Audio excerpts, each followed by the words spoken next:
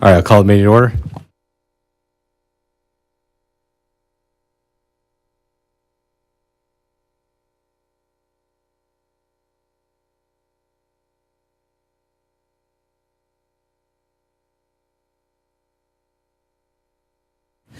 The meeting has been posted according to open meeting laws. Roll call. President Johnson. Here. Trustee Alexander. Here. Januski. Here. Thank you. All right. We'll start with citizen participation per Village Resolution 2017-01. Anyone wishing to address the village board during citizen participation will be allowed 5 minutes. Your subject must specifically relate to matters under the jurisdiction of the village board, whether on the agenda or not. The village board should not engage in a discussion regarding comments because it was not part of the publicly noticed agenda. Upon conclusion of the citizen participation segment, members of the audience are not allowed further comment unless they're participating in a public hearing or specifically allowed by a majority vote of the village board due to involvement in an agenda item. That said, Come on up, Jan. Live. Okay. Jan Ruskowski, 2959 North Shore Drive. It was good to read in Jason's memo regarding the closeout of the dam removal project that ongoing maintenance monitoring was the plan. The DPW is willing to add soil and seed to the construction easement repair. They have plans to address the impoundment's rough terrain, so that's good. Stream bank stabilization is a major task when you're removing a dam. This has not been achieved. My fear is that monies allocated for the future are often reallocated. When the DNR approved plan was bid, the lowest bid received in August was $1,677,590. Too much for a board that was once quoted very different numbers. In his second From the President's Desk opinion forum, published on October 24th, 2018, Scott Seeger calculated a village dollar responsibility of $434,000. Lynch estimated the cost of the DNR approved project to be $659,435, plus engineering and contingencies. So the plan was rebid, broken down into a base bid, alternate A, alternate B, alternate C, and alternate D. We heard that those parts of the plan not completed in 2022 would happen in future budget years. Then, of course, it looked good enough from Highway G. The plans for Project 19.1003, included River Rock as the base to the stream. We have dangerous mud. In December of 2022, it was recognized that our shorelines required work. Instead of a defined bank, a swampy, puddled mess existed and still does. The dollars that were approved for that work, I'm guessing, don't know for sure, were used to fund change order number 3 for the shoreline, boulders, and stream bank work. Both sides of the stream were recently lined with rock to the first riffle. Again, it looks nice from Highway G. The next phase is to enhance the former impoundment. This would be more exciting if the original project was truly complete and the ownership issues had not been left muddy too. So, thank you. I'll leave it on for you, Pat. Thank you, Jen.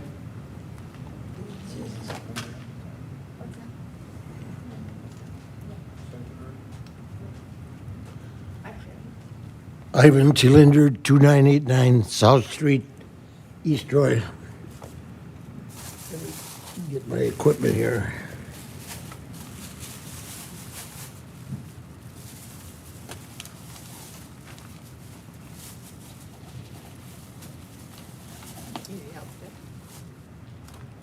Well, in the sack, I can assure you, is the 1968 abstract of the Cylinder thing, which goes into ownership and so forth, which I can read the necessary portions of later, if you would, please. Now, the first time I spoke to this group some time ago, I told you I was not a speaker. I was just an old, tired musician. That has not changed. The only thing that did change is I'm a lot older and a hell of a lot more tired than I was then. But for the benefit of the new members, I was vehemently opposed to the destruction of the lake. In fact, lately it's interesting. Occasionally someone would come up and see that. What did they do? However, that's over the dam, literally, and so fine. I admit it turned out better than I thought it was going to, especially if you look from a distance. It looks pretty darn nice. And thanks to Roscoe here for regularly cutting the turf out there to control the phragmites and the cattails. I too am pleased that you'll be doing some additional work there, rolling, maybe some seeding. It's nice to see that there's cooperation again. The biggie that's left is the stabilization of the stream, especially now as it's so prevalent. There is no edge to the stream. Without that being stabilized, we indeed will have a swamp. That's my biggest worry right now, and I hope that can be fixed. I'm sure it's a headache. Now again, I want to see if I can remember. I guess I didn't read it. I must have. All right, something straight from the document I had at the end here. First, in ownership that comes straight from this. Believe me, these are the exact wordings. You are free to look into that package there. I don't want to leave it here, though, tonight. This one says, Lion and Bean in the county of Walworth, state of Wisconsin, to wit, commencing in the center of Milwaukee in the Beloit Road on 1/8 section line, if that's how you pronounce it, between the east and west half of the northeast 1/4 of section 30, town 4, northeast 18 east, 3 chains and 35 links due west of said 1/8 section line, thence south 16 chains to the center of the channel of Honey Creek.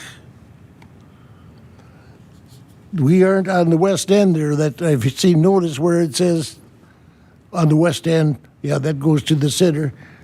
This is right smack in the middle, folks. We are not on the west end. Thence south 16 chains, however they measure that stuff, I don't know, to the center of the channel of Honey Creek. I hope that rings true. Let me see, what else do I have? Anything here? Also, the privilege of raising the water in a pond at the south end of said lodge. I'm wondering if that isn't the reason why there's going to be a big headache of maintaining the shore of the river itself. If there's a natural lake that occurs there, what has to be done to fix it? I don't know. That's my only concern, and I'm glad to see there's progress. That would be a necessary thing to fix yet. Thank you for your time. Thank you, Ivan. You might better say that was an 1843 document. Anyone else for citizen participation?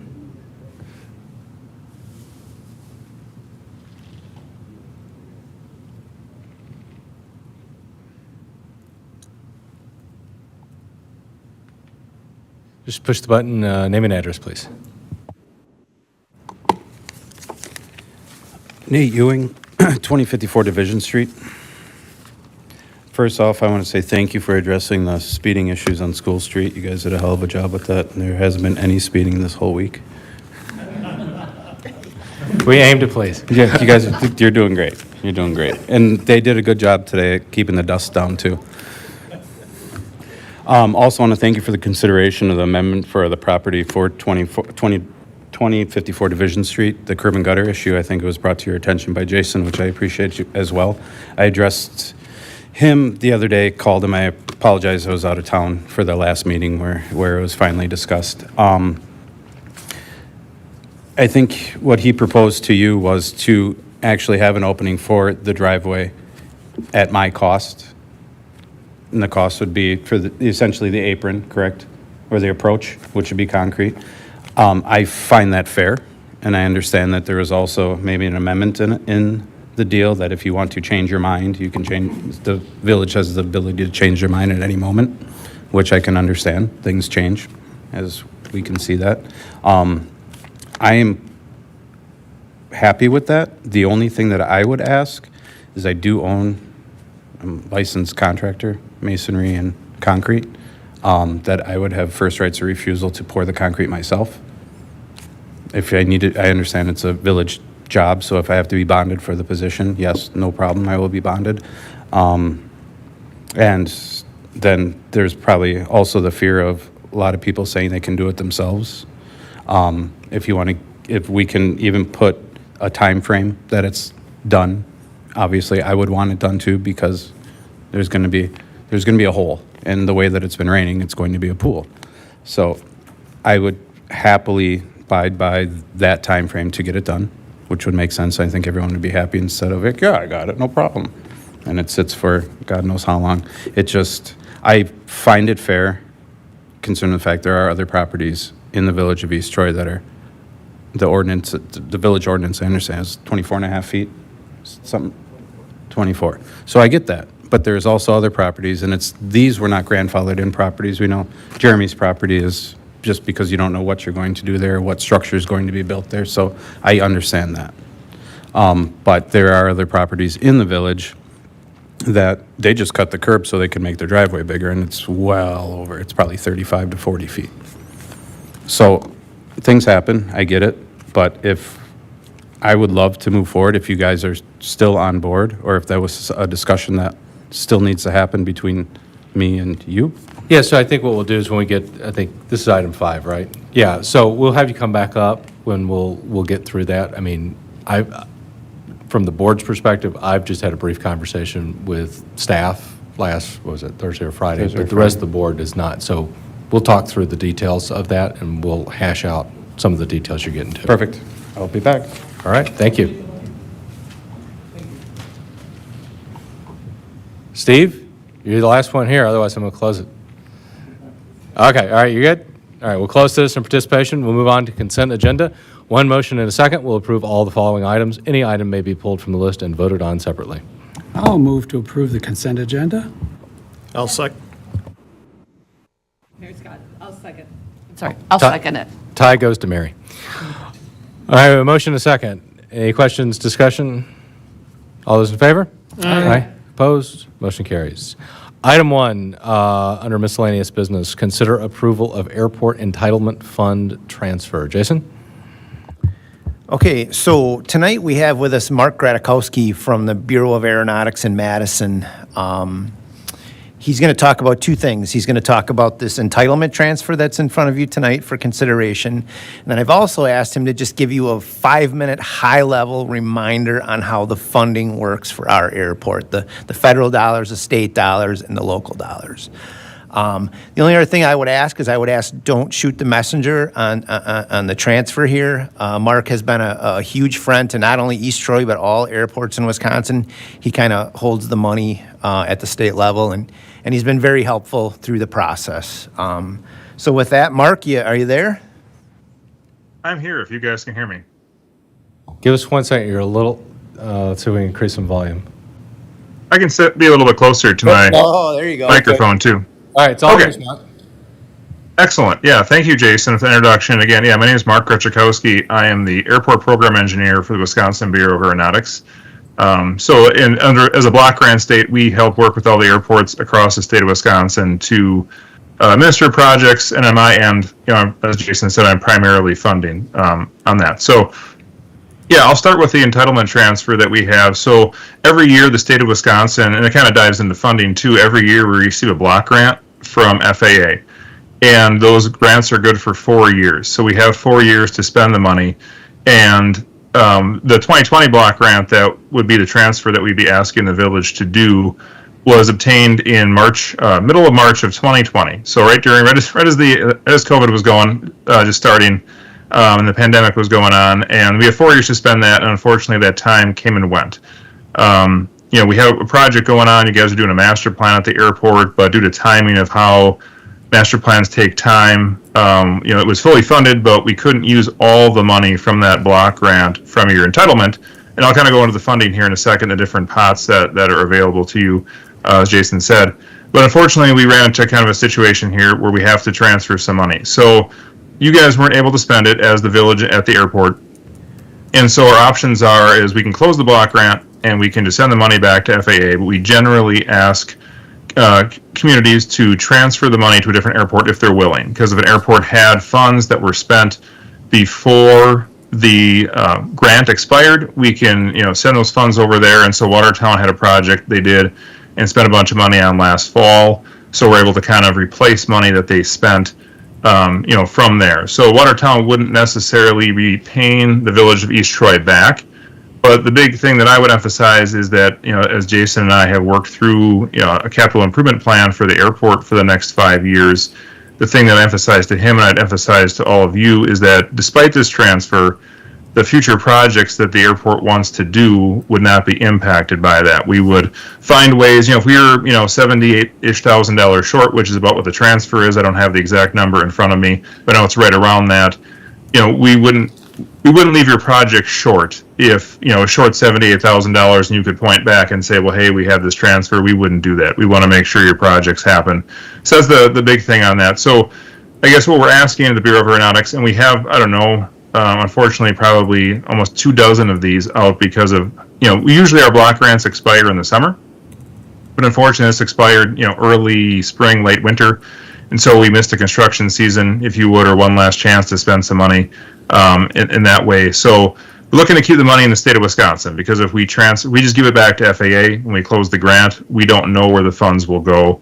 They could go to any airport in the entire country and not necessarily here in Wisconsin. So before I talk about any funding stuff, I just wanted to see if anybody had any questions or wanted to ask about that more. If I missed anything, Jason, feel free to ping me on that. I just want to confirm the number. Can you bring up the spreadsheet that was attached?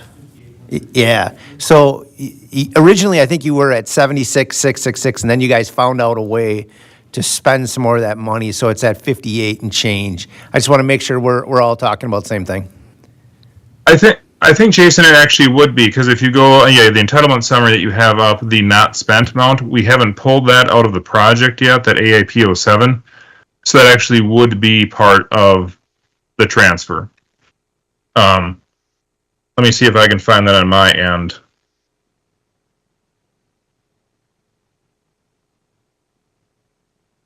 So I had this up earlier today. Where are you?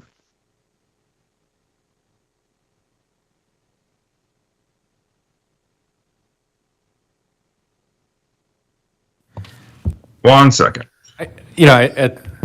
I think we've got, as you guys finalize the number, I think we can authorize to what you find is the Okay. final number, so. Okay. I just have one question. Is there any cost to us to transfer these funds, or is this just simply moving it from one account to another?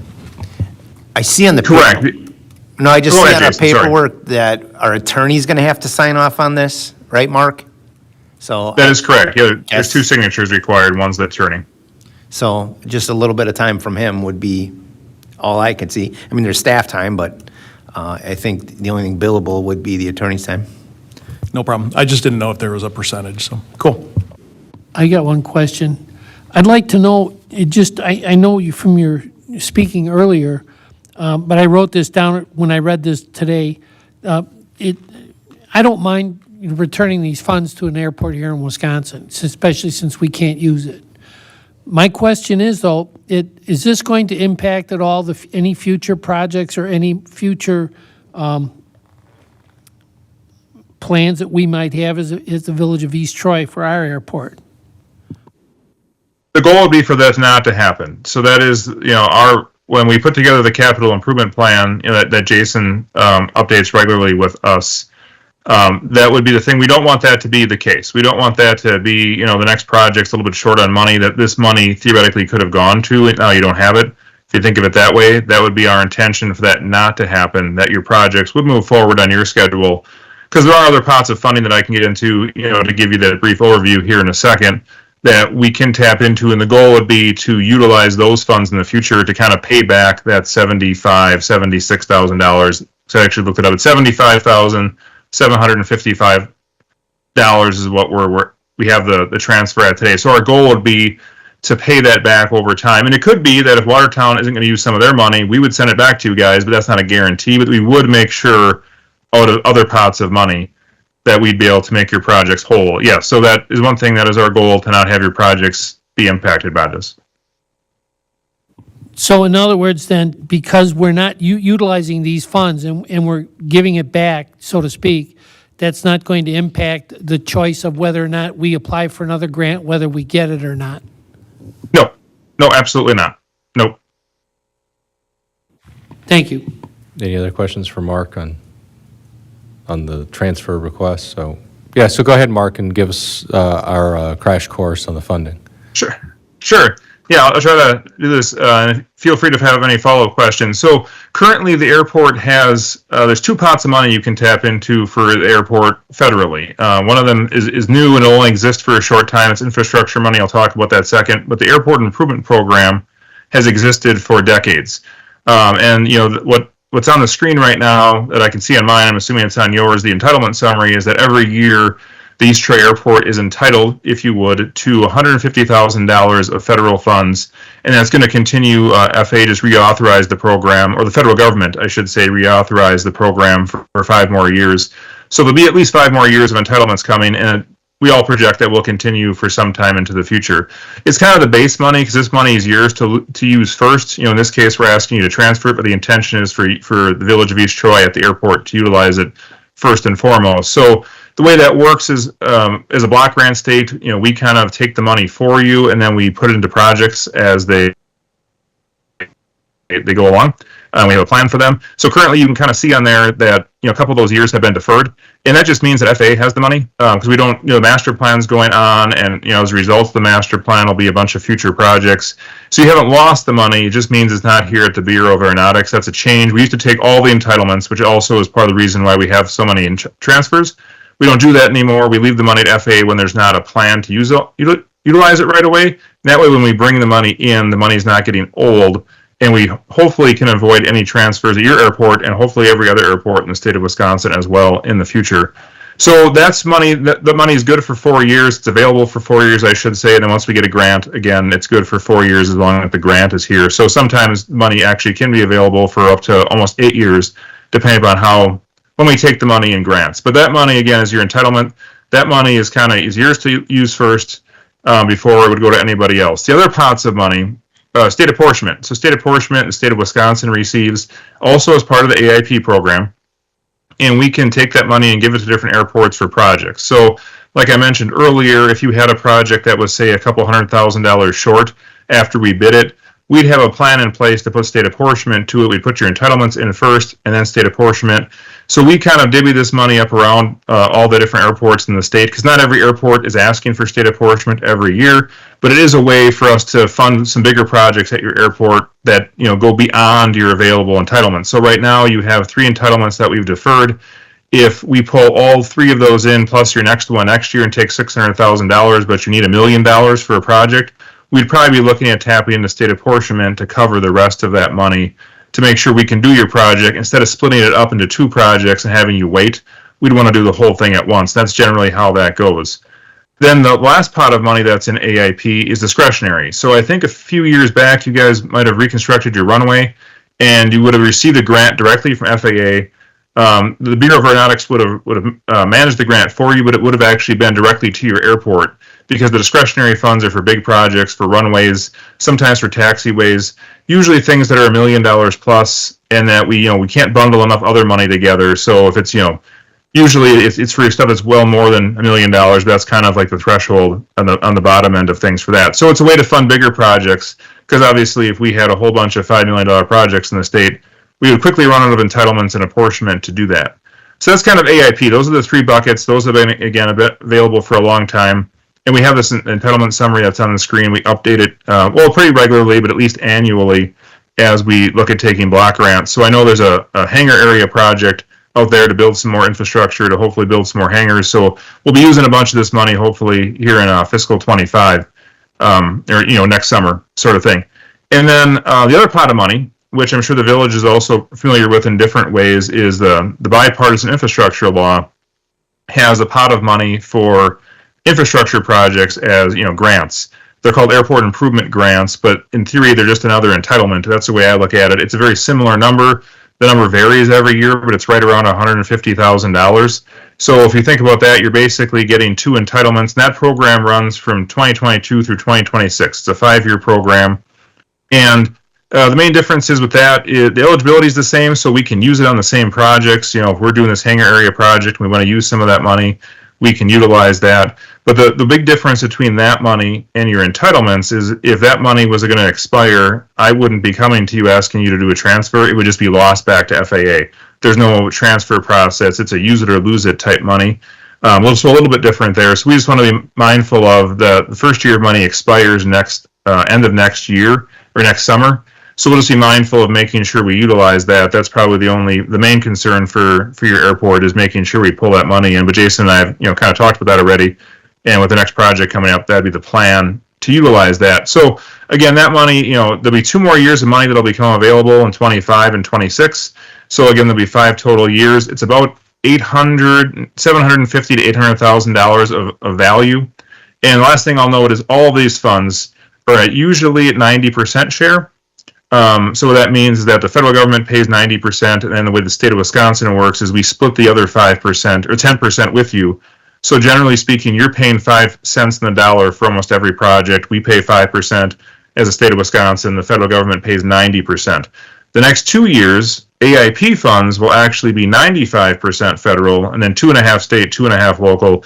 So that'll save a little bit of money. So in the way that'll actually work is most likely if we bring these entitlements in, even though they're from a different year, it comes when they come in a grant. So if we utilize some of these, we actually save a little bit of money by doing a project the next couple of years, because the federal share is going to be slightly higher for 2 years. That was just part of reauthorization. I don't know why, but that's just how the federal government decided to do it. But anyway, long story short is, generally speaking, you're paying 5 cents in the dollar for most of your projects when you're planning for your budgets. If you know the project's $1 million, you're paying $50,000. If you're paying $100,000, you're paying $5,000 for a project. So that's kind of like the big overview on funding. And there's also state aid. If you guys wanted to buy a piece of mowing equipment, the federal government does not fund that, but we would. And there's other opportunities out there too to use state aid. We usually fund those at 80% state, 20% local. So it is a higher local share. So we don't, generally the smaller airports don't do a lot of those, but that source of funds is available as well. But generally we want to tap into and maximize the use of as many of your federal funds as we can if you want to do projects at your airport, which it sounds like the village does moving forward.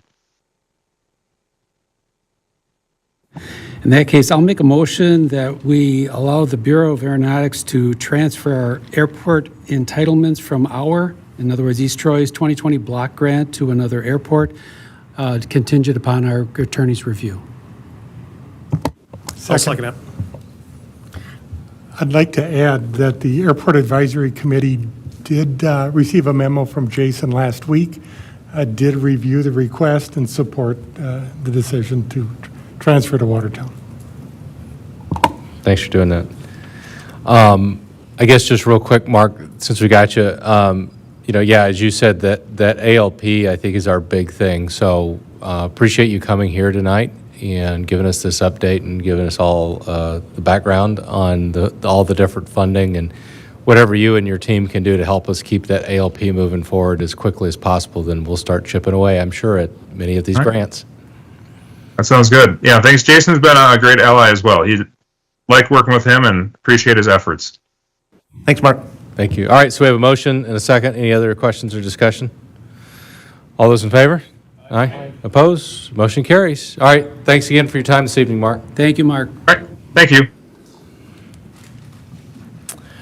Okay, on to item 2, consider final payment request and East Troy Dam project closeout. A, project presentation, B, consideration of pay request, and C, consideration of resolution 2024-08, property ownership of flowage bed. So I'll turn it over to Jason and Tim. Let's start with Tim's presentation.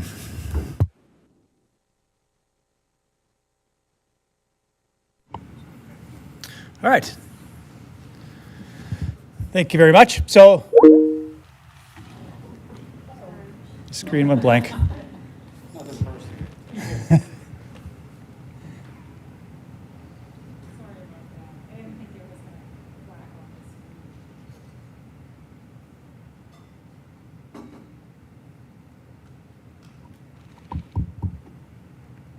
It was a great project in conclusion. It's all big Bible.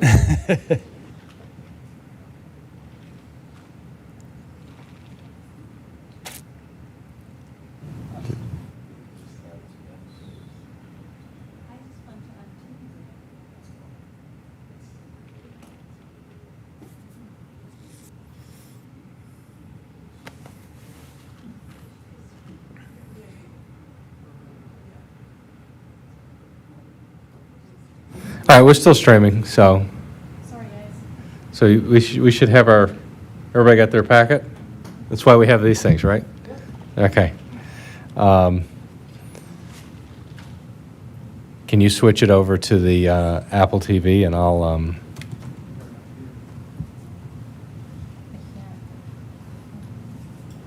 yeah, but on the input.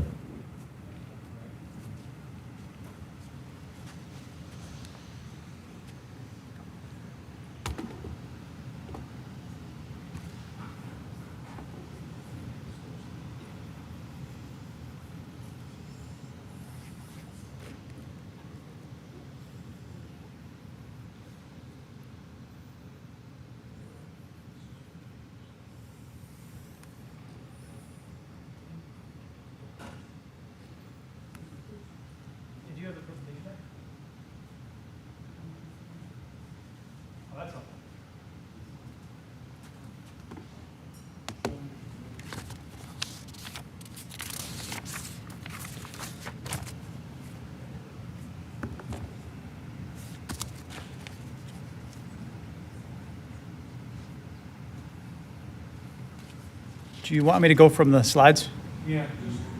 Just go from the slides and we'll go. Do you guys have, I'm assuming you guys copy. Okay, you good? All right. Sorry. Thank you, 40, for the slides. It's the East Troy Dam Removal, Honey Creek Restoration Area project. Going to slide number 2, I just talk a little bit about the project accounting. So the awarded bid was just over $1 million. Ended up doing 3 change orders throughout the project. We have that back up. I'll just keep going. Change order 1 is related to weather. If we recall, we started kind of towards the project in December, January. Started pretty well, and then it got really warm. And went through some real construction challenges with machines sinking and having to really struggle through some of that. Change order 2 was adding some additional items, including a pond, a diversion, and another riffle, some real enhancements to the design. And then 3 was the shoreland stabilization, boulders, and some stream bank work as well. So the total construction contract after that was about 1.17, just under 1.2 million. The total spent was less than that, meaning that there's somewhat under budget from the awarded amount, coming in at 1.15 million. Of that, there's a $400,000 grant from the DNR, and then the local match of $750,000. So all in all, in a pretty large project here. Normally, you're worried about contingencies and going over budget. Other than some enhancements and some construction challenges, we brought this in and with the contractor's help at or below budget. So, Do want to just point out quick, change order 3, part of that was the stream bank stabilization you guys pointed to, and that money was not spent within that change order. So that's still available then for winter? That's the money I'm asking to carry over or to earmark for future projects. Correct, because if you look at the change order, there was a breakdown of multiple items, and in there was I believe it was 25,000, I'm using round numbers, to do this stream bank stabilization that RLP had suggested, and that's when Tim and I looked at that and thought it was, what he was proposing was gonna be a waste of $25,000, which is why we decided not to do it. But that's the money that I'm asking to hold and redirect for future. So we go to the next slide. So very much a collaborative process with different entities. We have the Village of East Troy. DNR was very helpful, allowing us to make some on-the-fly changes and really some redesigns and some enhancements during the process ourselves. Andy Nelson with Natural Resource Innovations, he was kind of our on the boots, on the ground. Hey, here's what we're seeing with plants and getting some of this restoration to go, and here's some enhancements, and hey, take a look at this here, and this will really help this area here with the stream. Really helpful there. And then RLP Diversified. They're the contractor on this and really were helpful and easy to work with making changes, but also doing so in a way that made a good project, a good finished product. The slides here I'm kind of pointing to, that's the area, and we'll get this kind of on the last slide, but that's the area where we included that pond where we shifted a good section of the stream to the north. That's what that looked like during construction. Correct, the very west end. So some construction photos. So we started after kind of getting through the slog and getting through the initial work, putting some diversion channels in. On the left is the photo of the diversion channel they actually put in. This was kind of a nice way of figuring this out. There was an existing channel. I don't know if it had been there existing, but we're able to utilize some existing facilities of kind of a stream area to divert around. You can see here we've got a culvert on the left-hand side that goes underneath there with some stone underneath it for stabilization. But that was one of our main diversion channels. And then on the right is a picture of some of the storm sewer that was put in.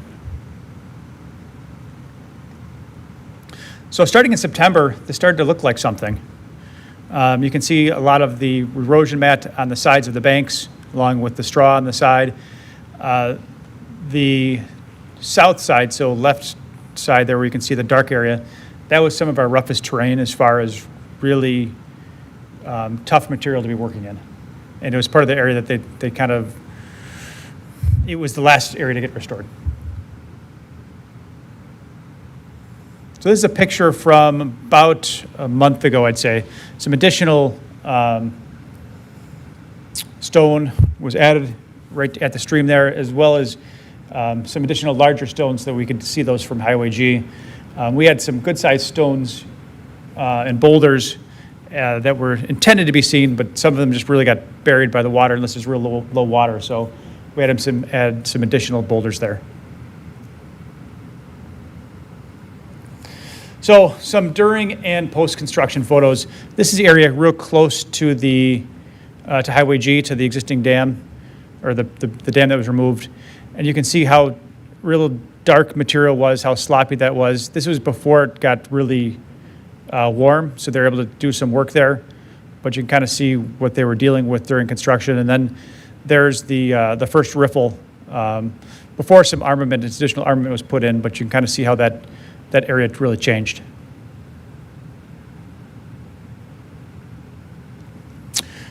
This is the area, still a little bit of a challenge. You can see on the north side by Raskowski's, we'll have some additional photos of this area later where there's still some challenges as far as some of the soft banks. This is our toughest area as far as the banks. In general, they're good.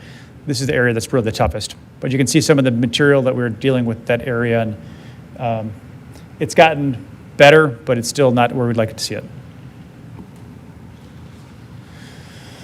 So much like now, we're getting the stream tested with these heavy flows. It seems to be going pretty well.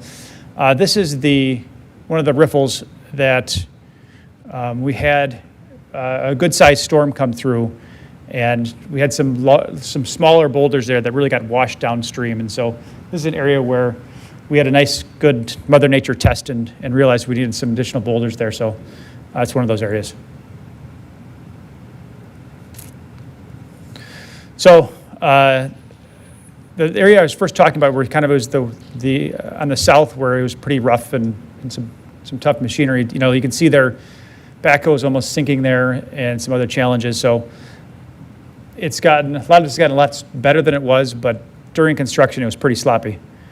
The photo in the middle is that real low bank area where we're still having some wetness. Some natural springs popping up there that are not helping it dry out. And then on the lower right-hand corner, that photo is more recent. That was actually taken about the day that Jason's crew was out there doing some mowing. So where you can see it looks really yellow, that's where that had just been mowed. Some of that was one of the first mowed areas there. So it kind of talks about some of the ongoing maintenance. Mowing next to adjacent banks. I know Jason's talked about possibly getting a wing mower or something to be able to handle some of that. It's kind of a future equipment need that he has.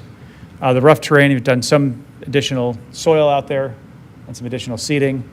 And then we're really still monitoring those banks in just some specific areas. So other long-term items, obviously invasive plants. Stream bank rodents. That's not a picture of a rodent. No, we understand. But you can see the holes next to the dog, and you can see some of the.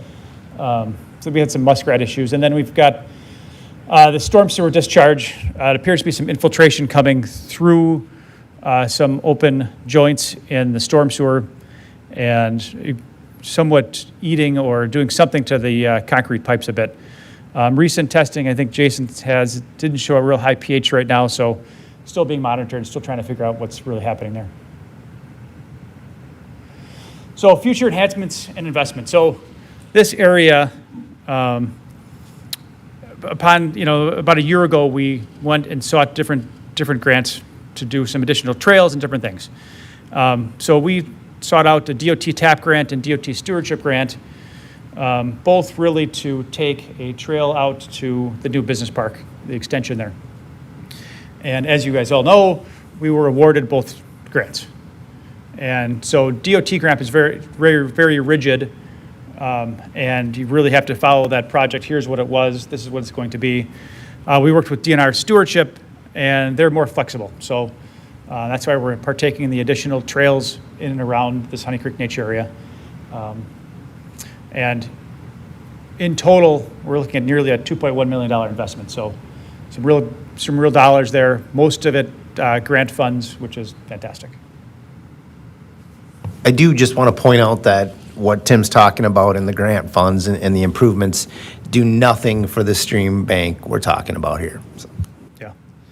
It's for trails and other items, the Mill Pond Park, being able to put a parking lot in, some other things are already in the capital budget.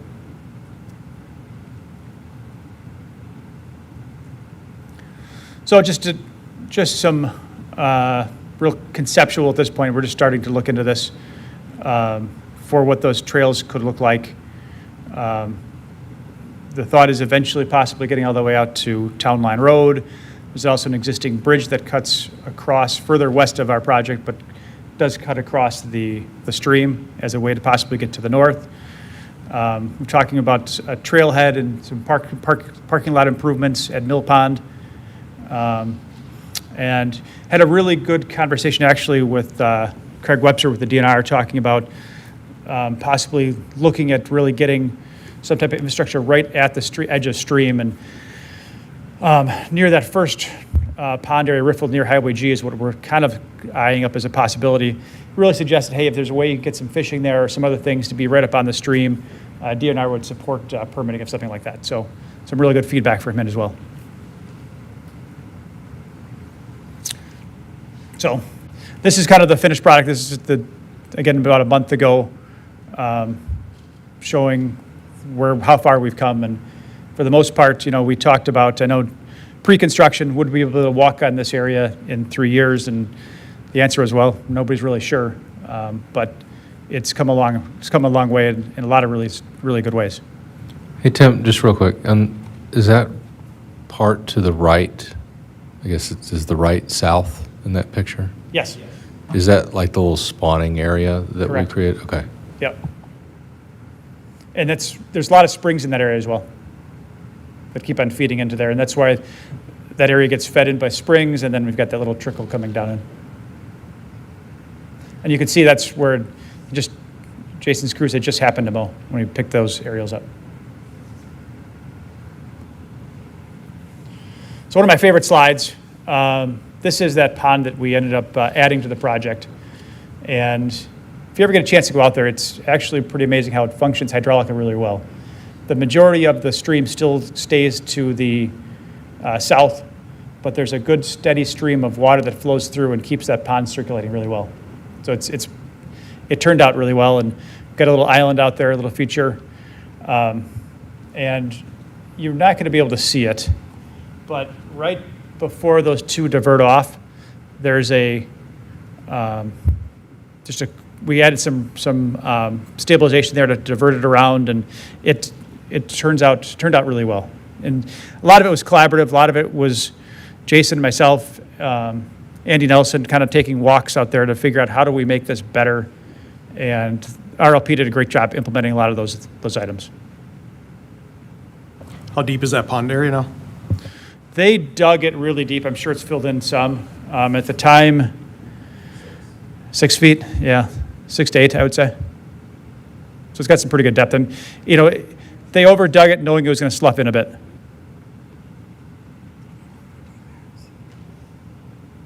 I've got a question, Tim, on that.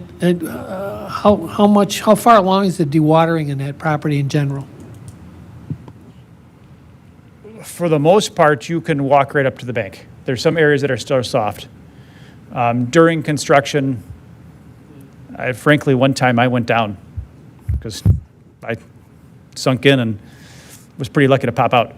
So during construction, it was pretty rough. As we've gotten more vegetation, it's really gotten a lot better. There's still just the one area just to the east of here, of this slide, that still has the soft area, and that's there. Obviously, the Roskowskis are interested in. And is that, you said earlier, there's some springs back there by There's springs you guys? feeding it. There appears to be some springs feeding it right adjacent Okay. to the north of the stream, and then the spawning area. Really, there's a lot of springs over there. So are you looking at having that area erode more and then putting more stabilization rock in there? Or what's your idea as far as the plan? When we got the cost from RLP to do something there, they had talked about bringing in additional mat. If you go back to, slide right towards the top, there's a restoration photo, maybe it's the third slide in.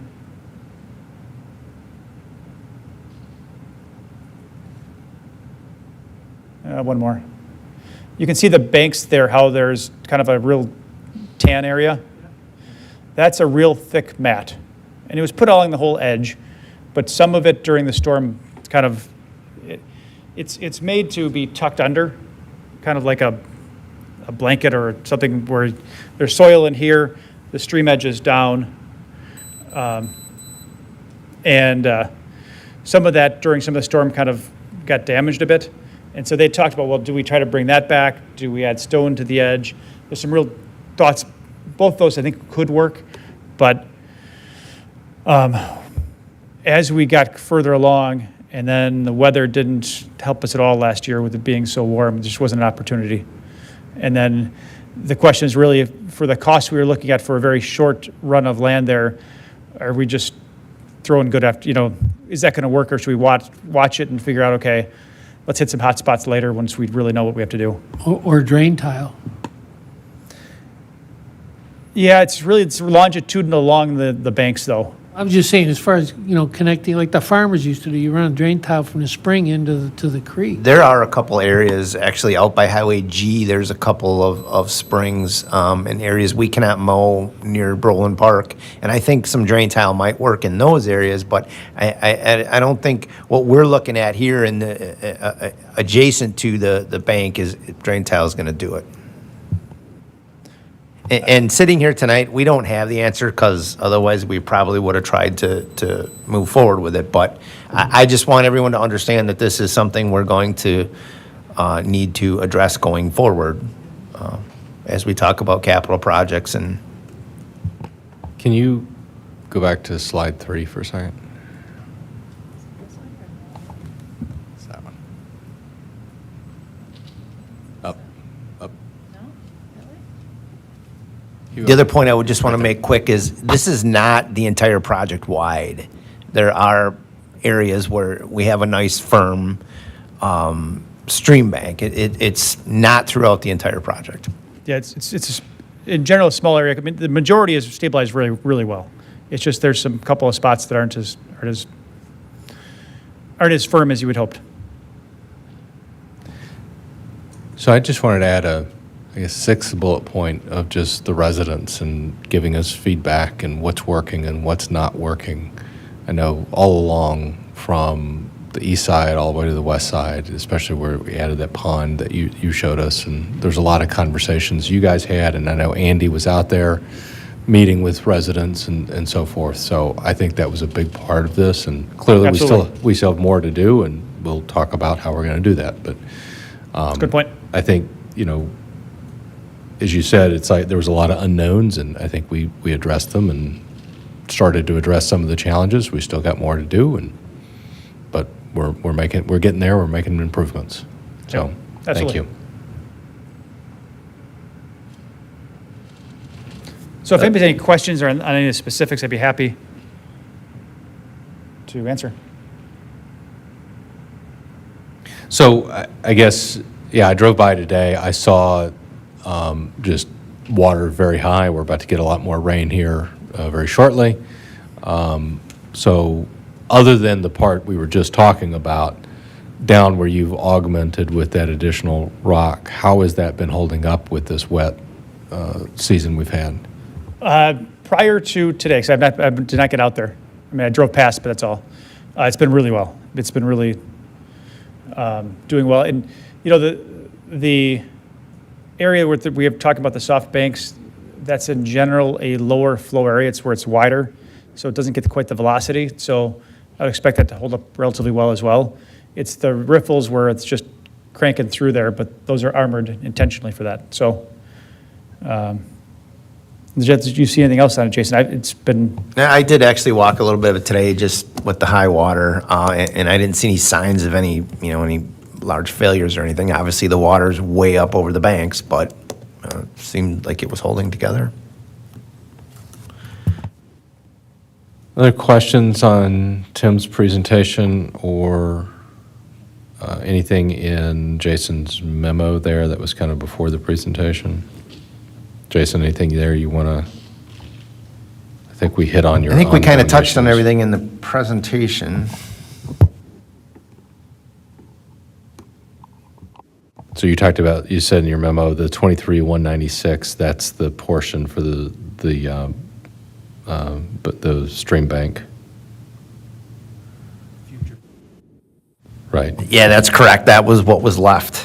I just think it's important that we make sure the residents understand that we're committed to this thing, and, we're going to be back at some point to, again, I don't know what that means. I don't know what that project is, but to try to improve things.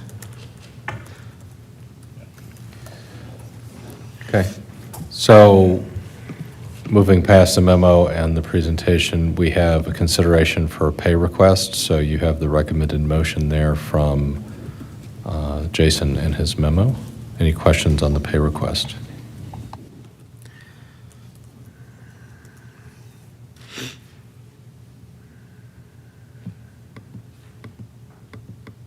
We need a motion for that.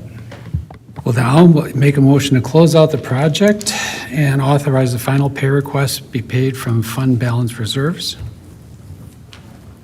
And also approve reserving the excess approved funds of $23,196.68 for future projects related to either stream bank stabilization or storm sewer issues.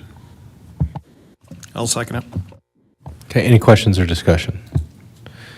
I'd just like, as we get through the summer and get into the fall, and we're doing capital budgeting and finalizing that we're kind of just revisiting, have we learned anything more working with the residents and what we've learned with the hydrology out there, so. Okay, all those in favor? Aye. Opposed? Motion carries. And then we have a resolution 2024-08, finalizing out our position on, I guess, the ownership for as far as we know. And I guess to Eileen, remind me who was the legal counsel that reviewed some of the plats and other things? Well, we had Nightberry Title do the historical search for us. Attorney Egas and Pruitt and Geary reviewed that with them, and then we also consulted Paul Kent on some of the questions. Okay. And I just want to make sure if we could get a copy of what our residents had for us during citizen participation, and just make sure that was included, and then if we need to come back on this, that we can revisit this. But I think for right now, this is what we know from our title search. Is that right? That's correct. And really, the only reference in the resolution just says, except for some at the west end, but basically the resolution says that residents need to refer to their deed. Their deed is what their property ownership is. So if what Mr. Talindert has is his deed, and it says that doesn't change. This resolution doesn't change anything. All right, any other questions on this? Otherwise, a motion? Well, I'll move to approve Resolution 2024-08. And I'll second it. Okay, any other questions or discussion on the resolution? Does this have an impact at all on the maintenance of that area? Whether it belongs to the village, belongs to the individual property owner? So I think that property owner is unknown, so for right now. But if for some, like Eileen was saying, on the west side, we know for sure those are their property, so like they're responsible for that maintenance. But I think the question, on the east side would be, we're still mowing that, and that's kind of what you were talking about in Tim's presentation, right? Yeah, and so my strategy on it is, if no one mows a particular area adjacent to their property, we just go mow it, so that it gets mowed.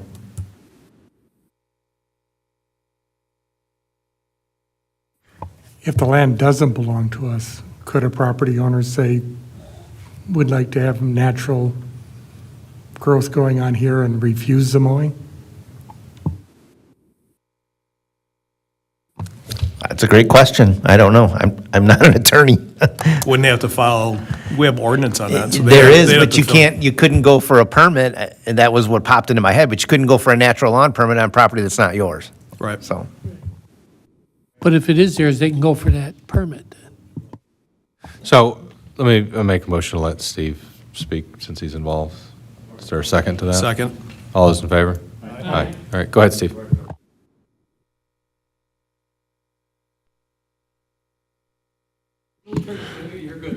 Okay. Steve Rostkowski, 2959 North Shore Drive. You do not want that to go natural. It won't be natural. It'll be invasive Phragmites, horrendous cattails, maybe Eurasian parsnip. We don't want that, right, Jason?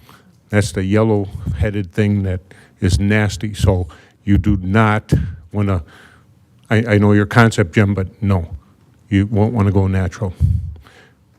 Steve, the only reason, just so you know, the only reason that it was kind of broached here is that we've had a couple of people come in the last two or three meetings that have proposed planting natural grasses on different areas in the village, and that's why it was brought up tonight. Yeah, I don't think we have any desire to go natural.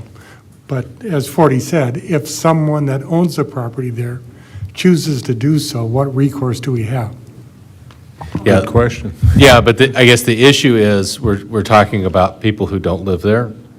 So either the people whose houses are there, if, as the resolution says, the deed says that it's their property, then it's their property, then they have that choice. But for the rest of it, that property owner is an unknown third party who has a piece of property that is not accessible from any road and can never be developed, because that's counter to how our ordinances are. You have to have access. So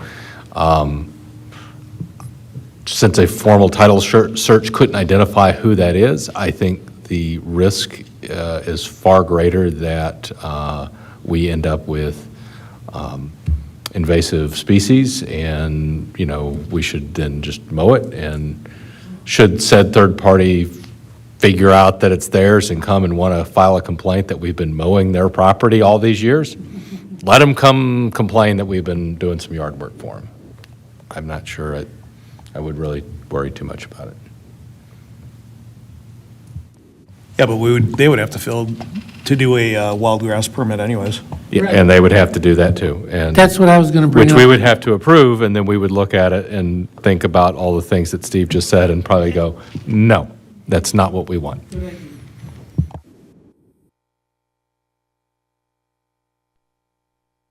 Did you want to say something, Ivan? You good? Okay. All right, so we have a motion and a second on the resolution. You good? Okay. Other questions? Discussion? Okay, all those in favor? Aye. Opposed? Motion carries. All right, thank you very much. Looking at the weather, and we've got a couple of things here, can we take item 5, since we do have a resident here, and see if we can get him out here before we go on to our other stuff? Is that okay? All right. Good night, be safe tonight. Thank you. Can you bring up GIS, Eileen, or no? Thank you.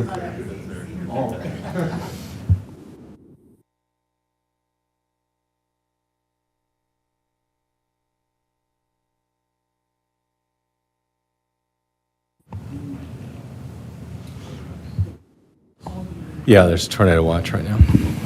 I'm just trying to.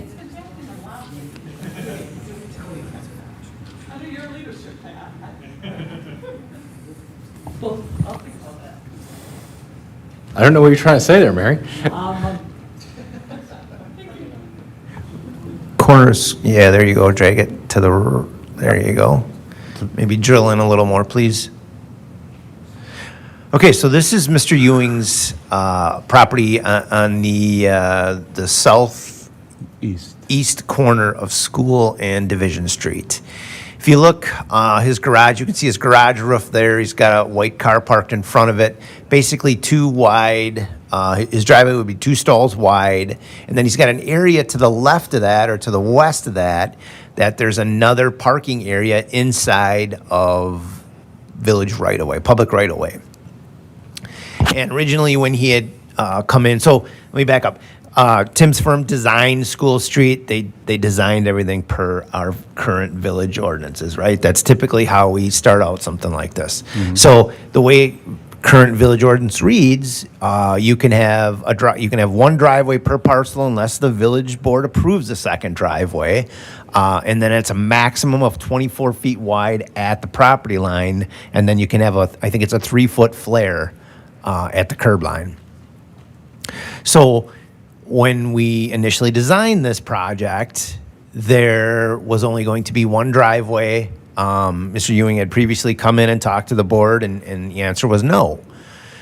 So fast forward to last Friday, he called me up, and we had a conversation regarding this. And after that conversation, it got me to thinking and looking around the village, thinking about other examples of this similar thing that's happened over the years. And I can tell you there's been multiple projects with non-conforming driveways constructed, non-conforming approaches that have been constructed. And how it happened, when it happened, why it happened, I can't speak to all that. I just know they're out there, they're concrete, they happened, right? So I thought, okay, that's really not fair in this case then, if we were willing to do it previously, but now we're not. So that's when I went to Eileen and said, I think we need to throw this on the agenda so we can have a conversation about it. Yeah, and just as I mentioned, I had talked to Eileen and Jason last week.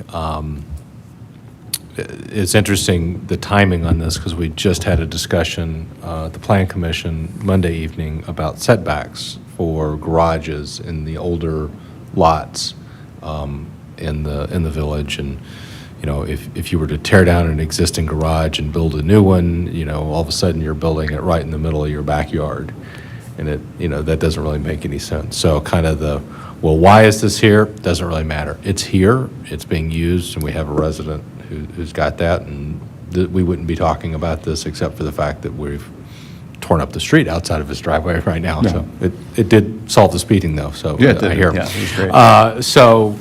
I am, since we've, you know, made exceptions in the past, I'm comfortable making an exception here. That's my opinion, you know, but, so, questions for Jason or for the resident? What's the proposal? So what I guess I would like to know that the board would be comfortable with is some sort of an ordinance change. I mean, so there's a few things I think here we need to define, right? And maybe we need to have an ordinance that talks about this exact situation so that in the future generations, things like this aren't a question. You know, we can just go to ordinance and act upon that. One of the things I would recommend if we're looking to do this, so in this particular case, all of the parking would be in public right-of-way, right? So, and that would be perpendicular to the street. I would recommend we have a revocable agreement, as we've done in other situations, and that's what Mr. Ewing was talking about earlier, as we talked about that. Basically says anytime like if we decided next year we were putting a sidewalk in here, we could go back and say, sorry, we're putting in a sidewalk. And that's the other thing too is, you know, we're trying to be fair, but if we were doing a sidewalk here, the answer would be no. And the answer will unfortunately be sometimes no, because we'll want to get that sidewalk in. But in this case, it doesn't have to be no. But I would recommend we have that agreement in place. My other question to you would be, how does this additional infrastructure get paid for? Is this something we're interested in seeing the property owner participate in? You know, we just talked about our changes to assessments, and if we're triggering the assessment, you know, we're willing to pay some of those costs, cover those costs. But this is a little different. Would you like it handled differently? I'm still not in favor of parallel parking. Actually, within the right-of-way, if you look across the street, there's some areas where there's no curb and gutter, and there has been historically parking in the right-of-way parallel. Now we're coming through with that curb, so that, you know, I would not want to see us start to put jets into the curb and offsets and things like that. I'm not interested in that. Because I think that would become more of a maintenance headache. But in this particular case, I don't see it causing us any extra work long-term. So that's where I think it would be nice to have that ability to be able to, you know, address some of these non-conforming issues that don't currently meet ordinance.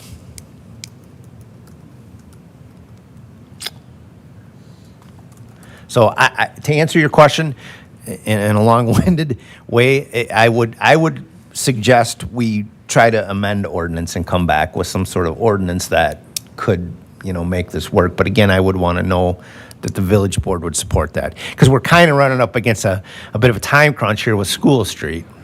So I guess, I don't know if we need a motion, because you're going to bring something back for us to approve, but to give you guys some direction and our, Mr. Ewing, some comfort here is, so I'd like to then suggest that, so starting on the north side there, not his property, that yes, that we're not going to make exceptions for that. That's not a constructed thing, right? It's just people taking advantage. You can drive off the road onto grass, right? In the situation of we have something that is constructed that's non-conforming, take a look at the ordinance, come back to, suggested changes, kind of like you did on the assessments piece there, and a proposed agreement similar to what we've done in other places. And I think in the ordinance, we should state that when we find these, if an agreement isn't present, then we need to execute an agreement. And if we can't execute an agreement with a property owner, then they have to come into compliance. So like that's the way that we can, proceed forward. And then the third would be, I guess, to some of the questions that Mr. Ewing was raising during citizen participation, I'm going to look to you guys to hash out like who does what and what's appropriate and what not, on the construction side of things. So, if you guys can come to an agreement on that, and then that's part of, the construction part of the agreement versus the long-term agreement. That'd be part of what you bring back. That's fair. What about the financial piece? I think that's part of, I think you guys take a look at who's doing what here on this one, and now whether you want to build that into ordinance to say it's always going to be on the property owner, or is it on a case-by-case basis? Because I could see a situation where you would want the property owner to absorb that cost because it's like, well, then you're asking to not be in compliance. But so I would guess I'd look for you guys to come back with your suggested language. What do you think, especially given how we've just changed the ordinance on the assessments, is that appropriate? Thoughts from the rest of the board? With regard to cost sharing, I think it would be appropriate when someone is asking, for a variance, that the cost sharing would happen. What if the variance is less expensive than the original? Well, Essentially. I would think you'd have to figure out those. I would love to sit down with Yeah, to see the budget, but just go ahead. A project that's like this, though, every home or every situation has one apron or one driveway entrance, if you want to call it that. That's covered by our ordinances now. So anything above and beyond would be extra or requested as such, and that, I think, would have to then be paid for by the person requesting it. But Yeah. if it's less, Yeah, it's, Yeah, I mean, I think what you're saying, 40, is you have what, if I built a new house today, this is my standard, driveway apron. That's how much of a stipend I get. And if I want to go beyond that, then I need to pay for it. That said, if you guys come to some other agreement that would then, or lower cost option, then, at the approval of the Director of Public Works, then I'd say, you guys figure that out, whatever that looks like in your agreement, and come back with a proposal. Since we're not really approving anything tonight, we're giving you direction. I don't want to get it, without seeing the details and you guys having a chance to hash that out, I don't want to sit here and go, it must be this, when we don't know all the details. I do just want to point out, too, that this is not the only property that this will affect. There's a second property that has essentially two driveways that are formed into one at the right-of-way line that exceeds the width, so FYI. Yeah, and so, I mean, I think you're going to have to balance the unique aspects of this property with how do we make this executable across everything else? And, what have we learned from running into this on the Church Street and ES projects when we ran into some of that there too? But I am, like we did with the assessments, School Street, we seem to be going back to school. We're learning how to improve our ordinances, so this is good. you were waiting to use that all night, weren't you? Actually, no, it just occurred to me. I saw school, right, in big letters. So, I guess first, Mr. Ewing, are you comfortable with that? Yeah, absolutely. Okay, so.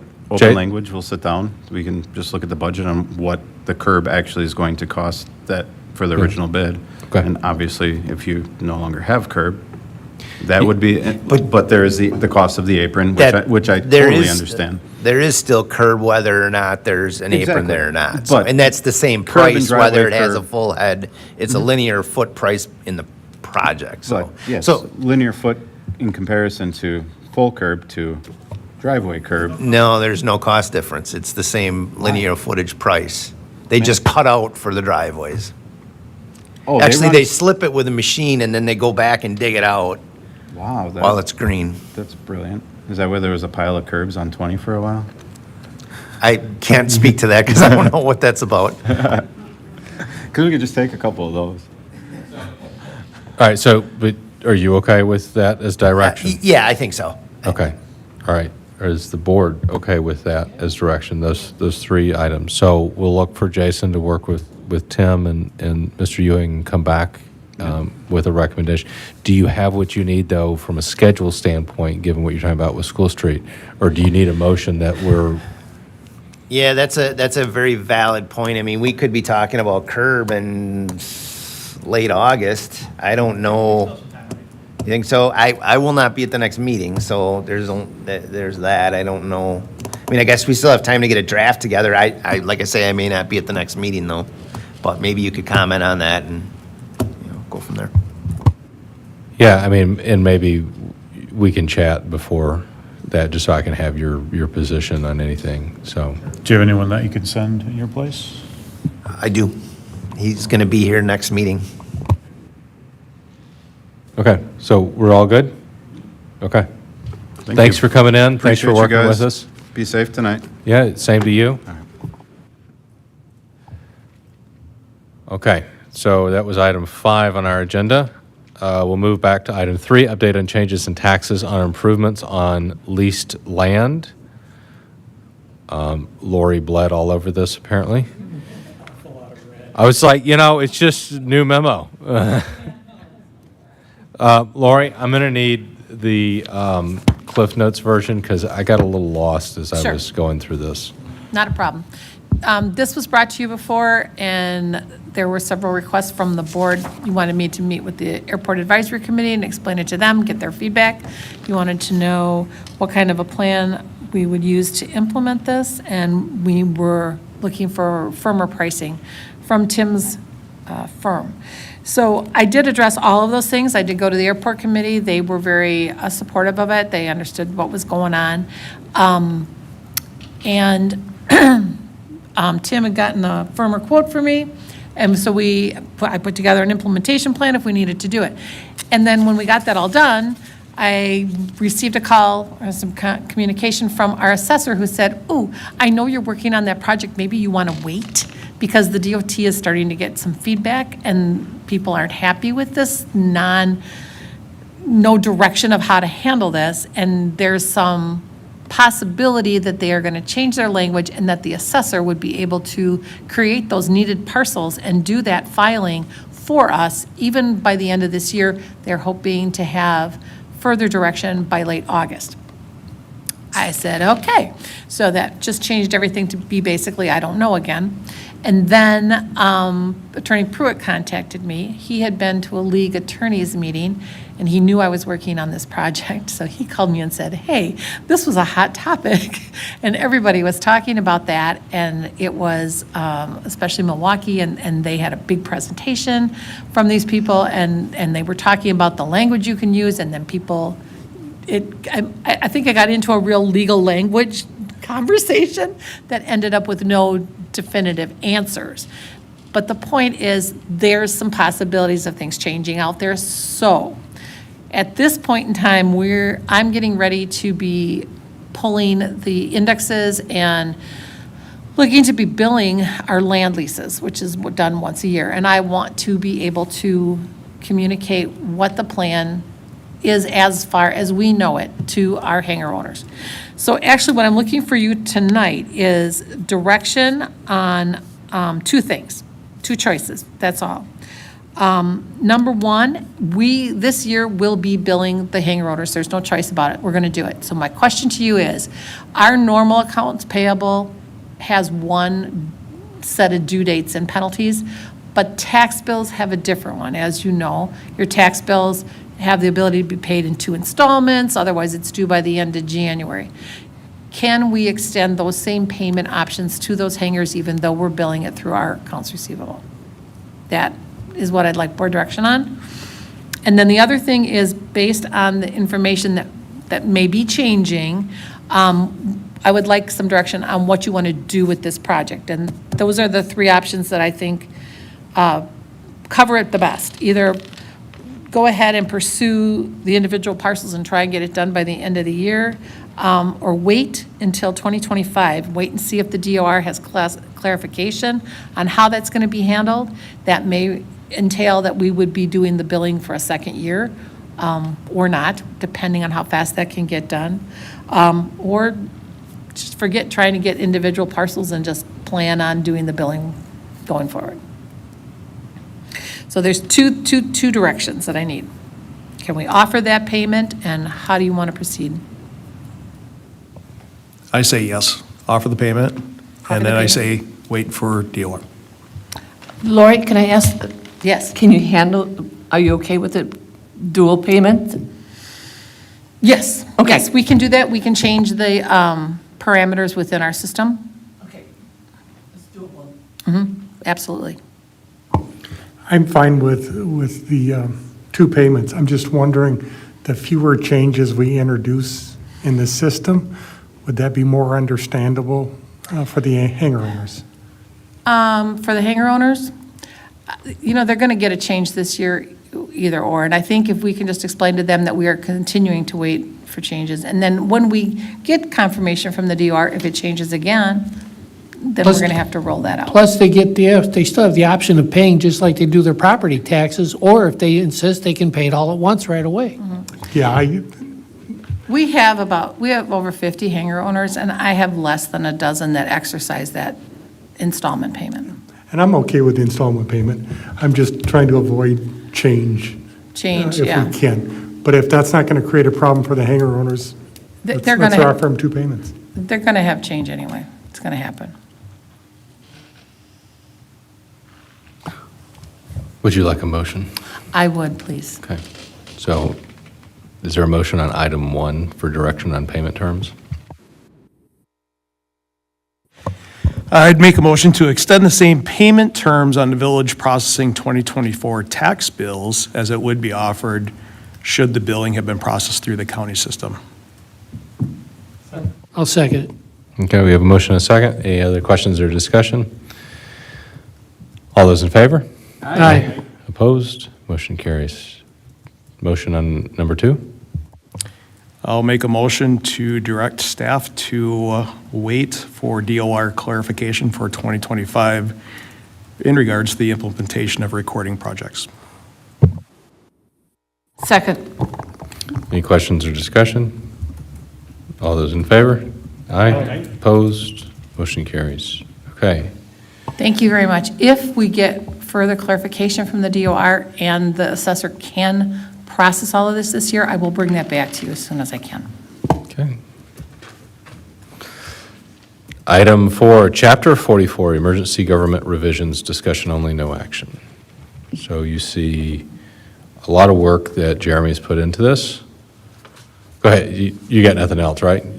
Yeah, get out of here. Have a good night, thank you. So you see the memo here from the chief and the work and the red lines he's proposing. Chief, anything you want to highlight or just take questions?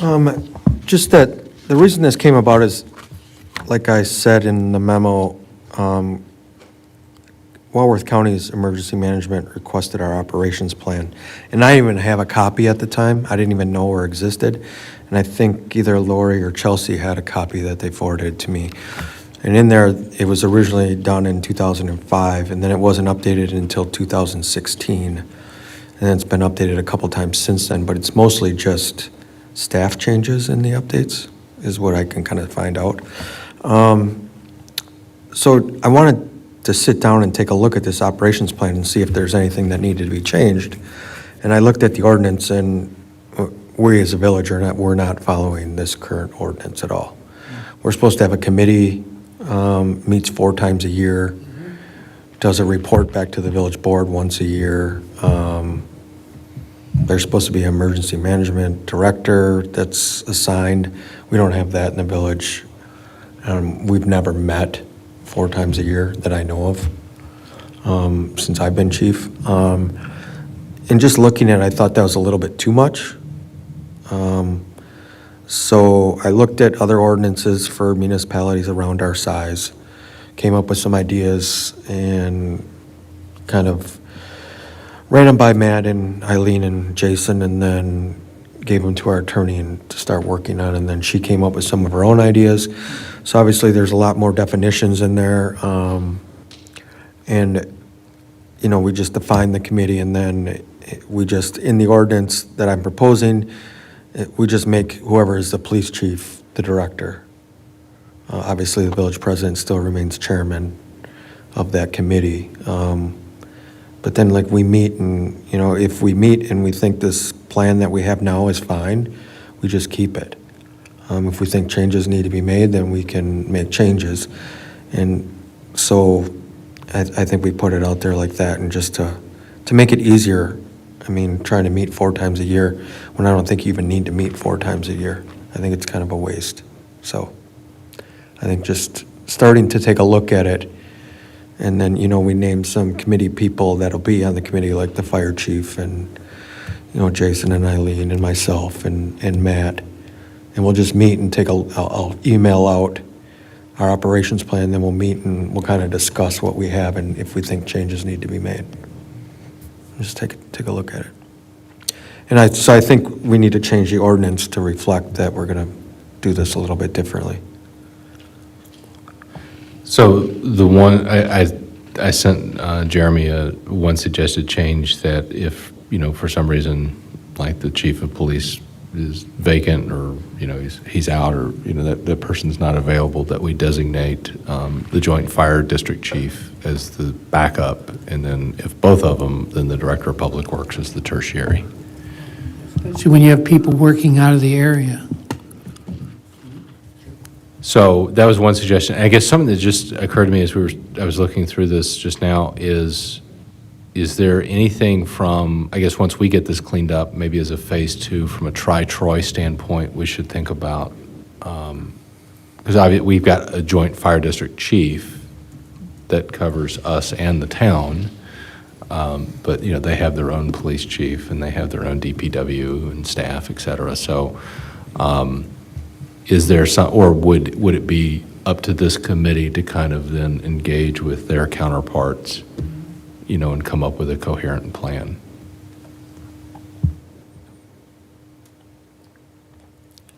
I like the latter better, you know. Yeah.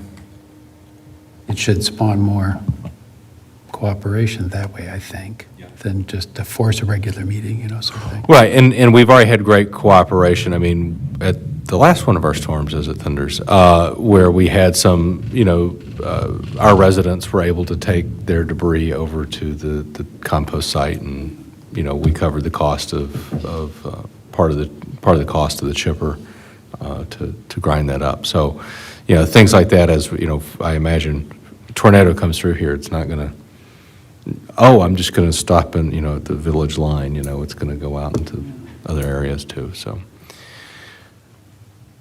other comments or feedback for the chief?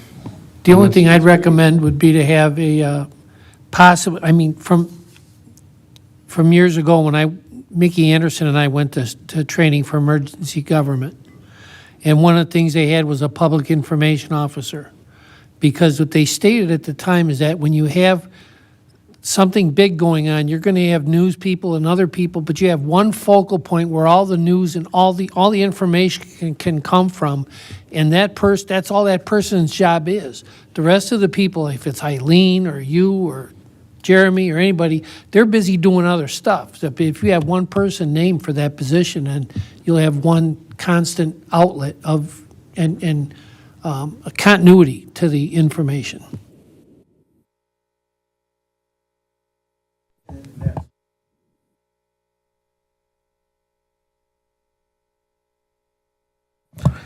One of the parts of the operations plan is PIO. It just doesn't name anybody as a PIO, so that's something that the committee's gonna have to come up with, like, who do we ask, who, go that route, but it is already part of the plan, is having a PIO. It's just, don't know who it is. Okay. Would you see some value, once this is all ironed out, to sit down with the board and just review it? Yeah. Maybe as a separate, I think, like a- right, and I think after the committee meets and we take a look at it, if there's any changes or whatever we do, we bring back the final product to the village board to approve.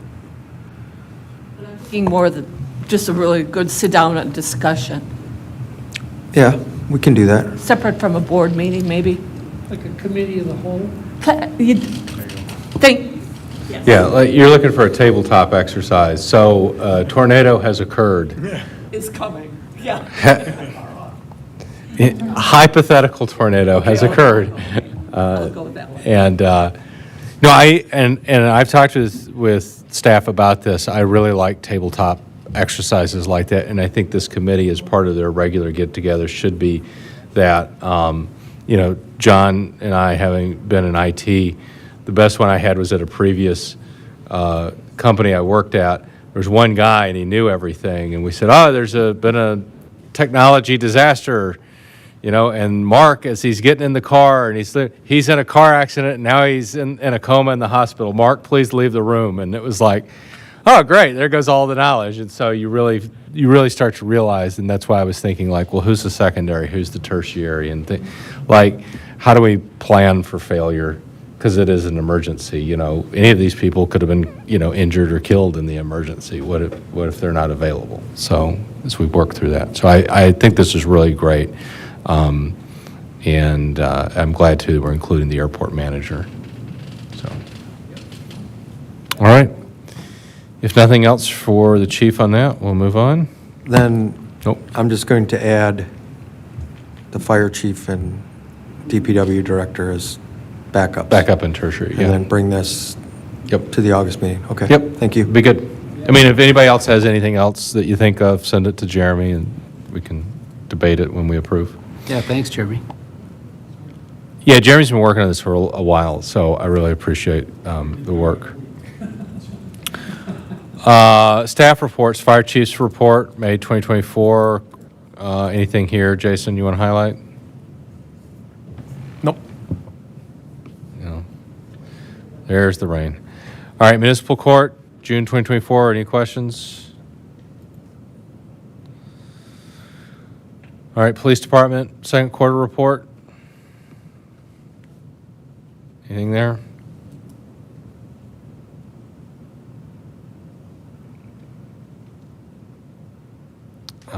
There was one thing I was going to say. You saw Jeremy on the cover of the newspaper riding the scooter. That'll be in the third. Oh, excuse me. Oh, excuse me.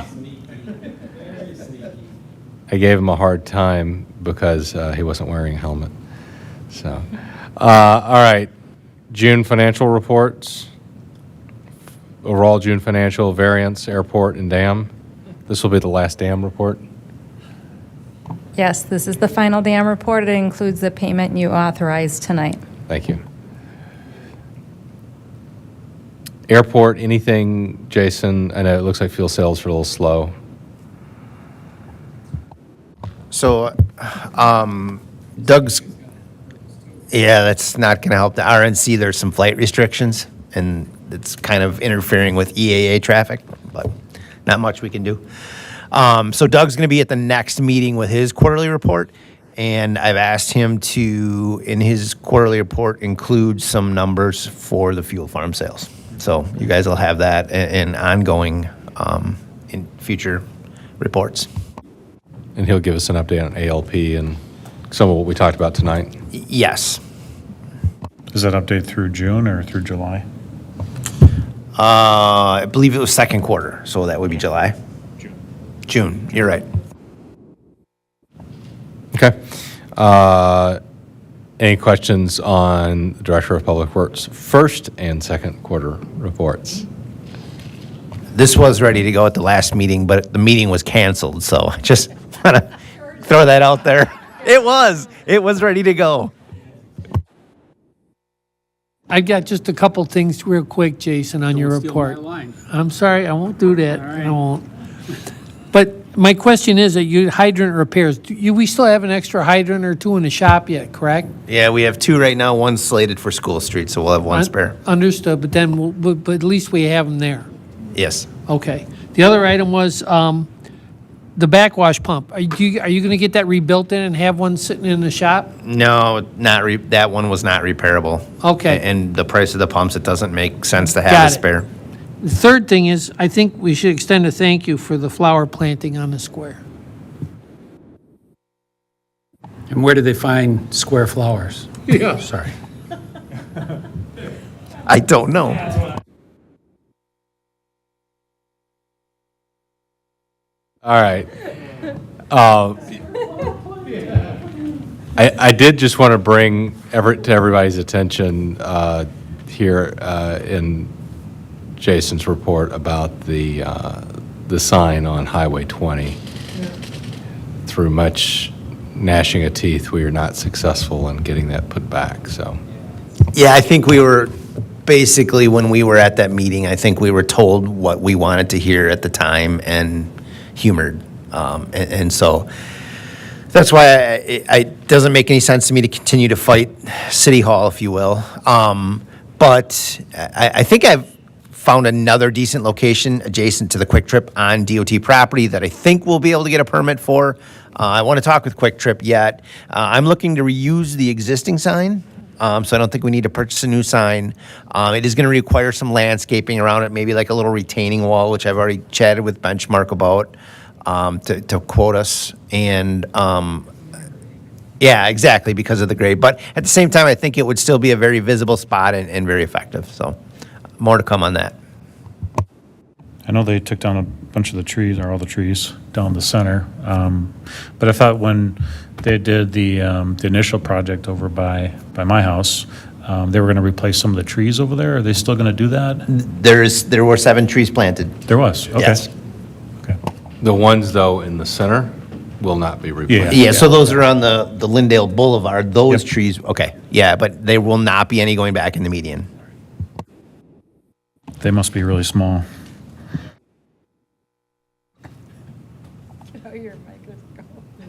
They came up with those square flowers. Somebody had. Exclamation point. All right. Committee reports, emergency services from May 21st and special meeting on May 28th. Any questions for Jason or anything you want to highlight, Jason? No charts? Again? They were in there.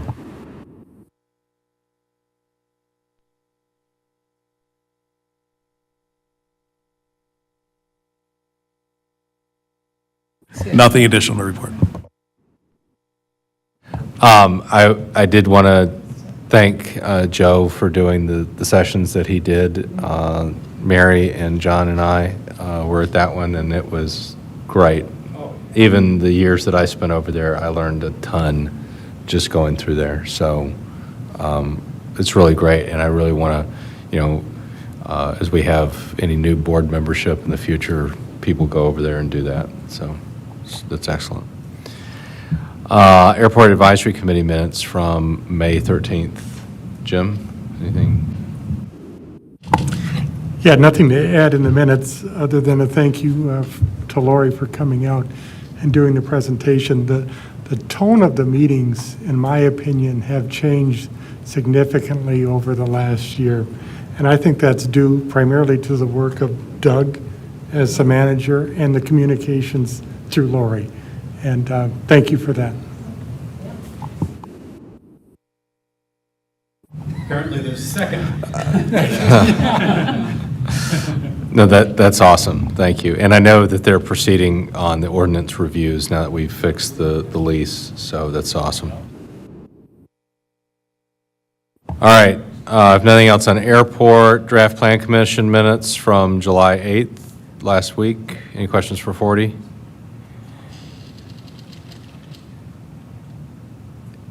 Okay. Okay, item 5, Booth Lake Memorial Minutes from 5:15. Any questions for Joe?